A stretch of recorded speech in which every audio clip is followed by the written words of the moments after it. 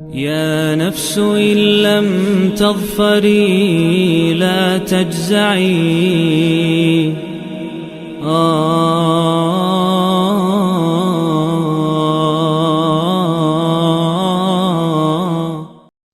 اعوذ باللہ من الشیطان الرجیم. بسم اللہ الرحمن الرحیم. دوستو انشاءاللہ آج ہم سورہ الانعام کا 9واں رکوع ترجمے تفسیر اور گرامر سے سمجھنے کی سعادت حاصل کریں گے انشاءاللہ تعالی. دوستو اس رکوع کے اندر حضرت ابراہیم علیہ السلام کا وہ مشہور مکالمہ جو انہوں نے اپنے والد اور اپنی قوم کے ساتھ بتوں کی مخالفت میں کیا تھا، اور وہ تمام مظاہر فطرت جن سے آپ نے بیزاری کا اظہار کیا تھا، پہلے یہ سمجھتے ہوئے کہ شاید وہی اللہ ہیں، وہ اس میں موجود ہے اس رکوع کے اندر. تو آئیں شروع کرتے ہیں. قل کہہ دیجئے، اندعو من دون اللہ، کیا میں پکاروں اللہ کے علاوہ. دوستو جب بھی فعل کے ساتھ الف اس طرح سے شروع میں آتا ہے تو وہ کویسچن بنا دیتا ہے. اندعو، کیا میں پکاروں، من دون اللہ، اللہ کے علاوہ، ما لا ینفعنا، جو نہ تو ہمیں فائدہ دے سکے، ولا یضرنا، اور نہ ہمیں کوئی نقصان دے سکے. وَنُرَدُّ عَلَىٰ أَعْقَابِنَا، اور ہم پھر جائیں. رد کا مطلب ہوتا ہے پھر جانا، نون کا مطلب یہاں پر ہم، اور ہم پھر جائیں عَلَىٰ أَعْقَابِنَا، اپنی ایڑیوں کے اوپر، یعنی بالکل ہی ہم چھوڑ دیں وہ سب کچھ. بعد اذ ہدان اللہ، اس کے بعد جب کہ اللہ نے ہمیں ہدایت دے دی ہو. الذی، بالکل اس طرح سے، کالذی استحوتہ، جیسے کہ بھٹکا دیا ہو شیطان نے، فی الارض، اس زمین کے اندر، اس دنیا کے اندر، حیران، اور وہ شخص پاگل سا بنا ہوا حیران پریشان پھر رہا ہو. یہاں میں ایسا ہو جاؤں جبکہ اللہ نے مجھے ہدایت دے دی ہے. لہو اصحاب یدعونہ، حالانکہ اس کے لیے کھڑے ہیں پکارنے والے، الی الہدی ائتنا، ہدایت کی طرف. لیکن اگر کوئی شخص خود ہی بھٹکنا چاہے تو پھر اس کا کیا کیا جا سکتا ہے.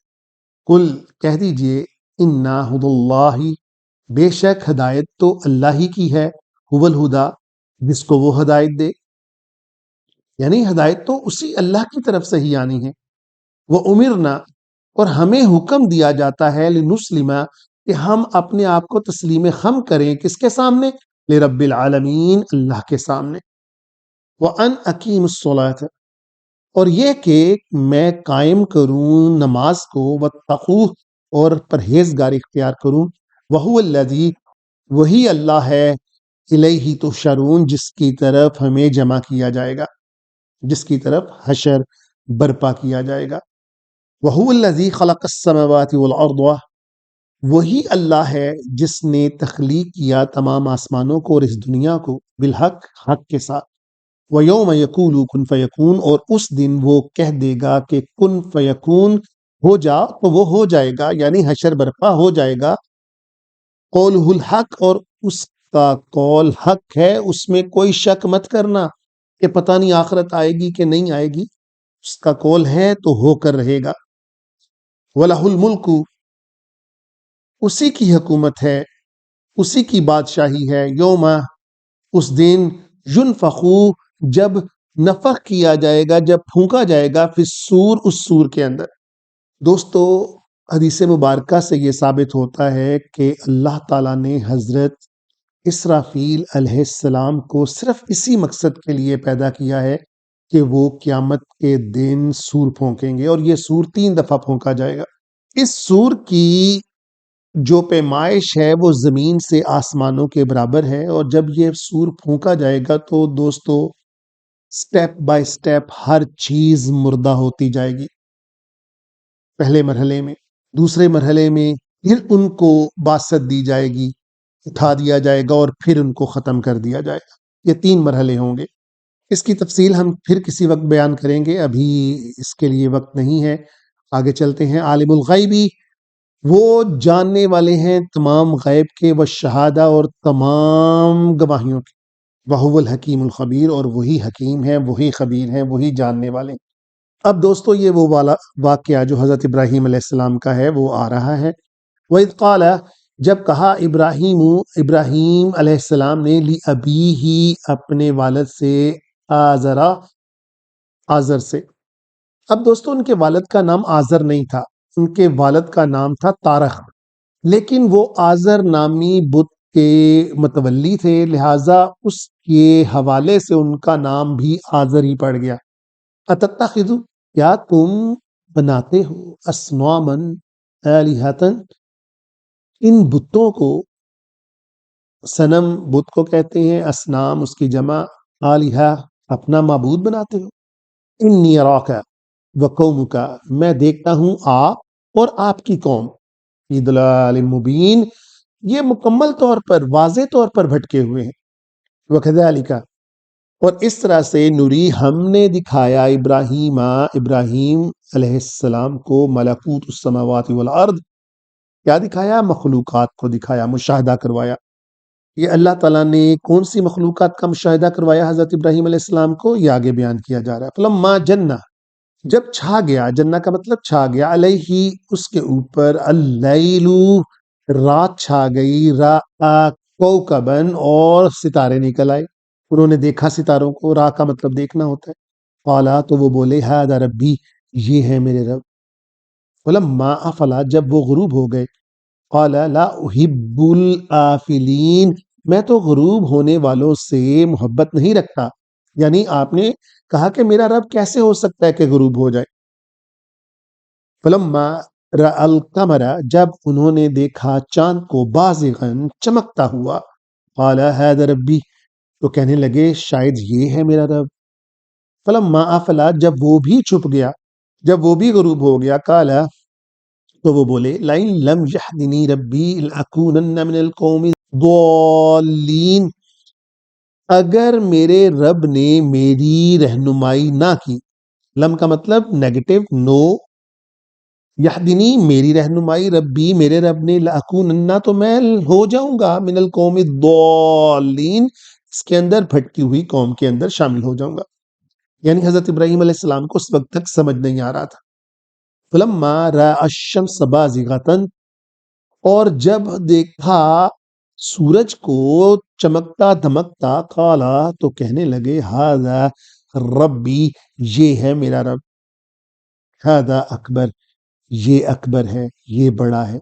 فلما افلت، لیکن جب وہ بھی چھپ گیا، افلت اس لیے ہے کہ یہ سورج جو ہوتا ہے عربی میں مؤنث ہوتا ہے، ہمارے اردو میں مذکر ہے لیکن عربی میں مؤنث، اس لیے افلت استعمال کیا گیا اور چاند کے ساتھ افلا استعمال ہوا۔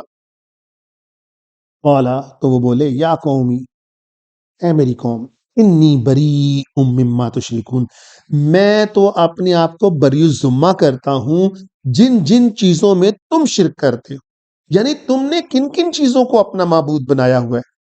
دوستوں سوچنے کی بات یہ ہے، کیا حضرت ابراہیم علیہ السلام نے پہلی دفعہ یہ دیکھے تھے؟ یہ ستارے، یہ چاند، یہ سورج؟ نہیں، پہلی دفعہ تو نہیں دیکھے تھے، تو پہلے ان کے دل کے اندر خیال کیوں نہیں آیا؟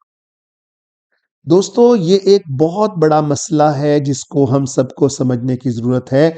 ہدایت تو تبھی آنی ہے جب اللہ نے چاہنی ہے۔ پہلے بھی چیزیں ہم سب کو، ہزاروں لوگوں کو، کروڑوں لوگوں کو نظر آ رہی ہوتی ہیں، لیکن جب اللہ تعالیٰ چن لیتے ہیں نا ہدایت کی طرف، تو پھر انہی چیزوں کے اندر رہنمائیاں شامل ہونی شروع ہو جاتی ہیں، وہی چیزیں پکارنا شروع کر دیتی ہیں کہ تو کدھر بھٹکا پھرتا ہے، دیکھ ہماری طرف، ہمیں پیدا کرنے والا کون ہے۔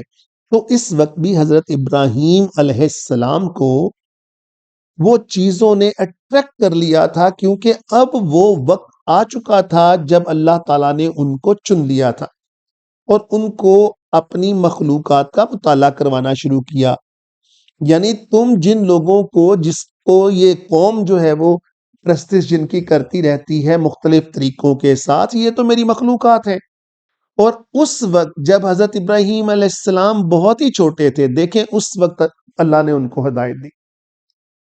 انی وجہت، میں نے وہ رخ لے لیا، وجہیا، اور میں نے اپنے چہرے کو اس رخ کی طرف پھیر لیا، للذی، کس کی طرف؟ فاطر السماوات، جس نے تخلیق کی آسمانوں کو، والارض، اور اس زمین کو، حنیفا وما انا من المشرکین، اور میں مشرکوں کے اندر نہیں ہوں۔ حنیفن کا مطلب ہوتا ہے واحد، یعنی اس اکیلے نے یہ سب کچھ بنایا ہے۔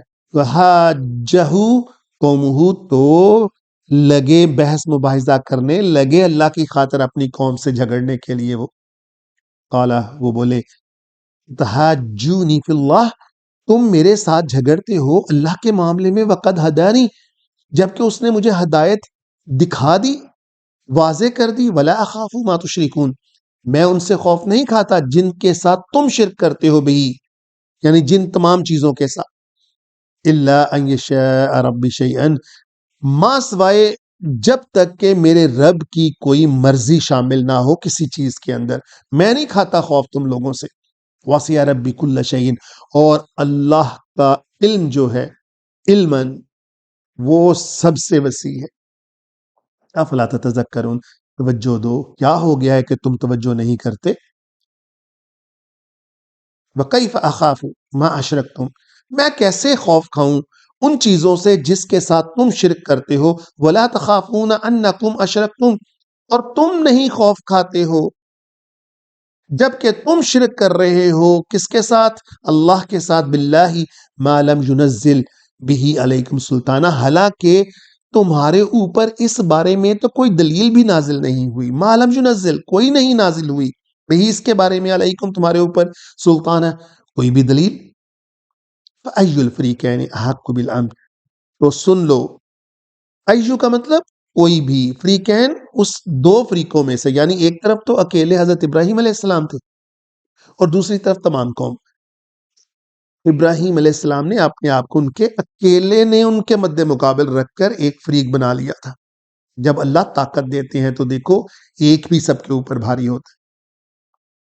تو جو ہم دونوں میں سے ایک حق کے اوپر ہے، بالامن، وہ امن پا جائے گا، ان کنتم تعلمون، اگر تم جانو تو۔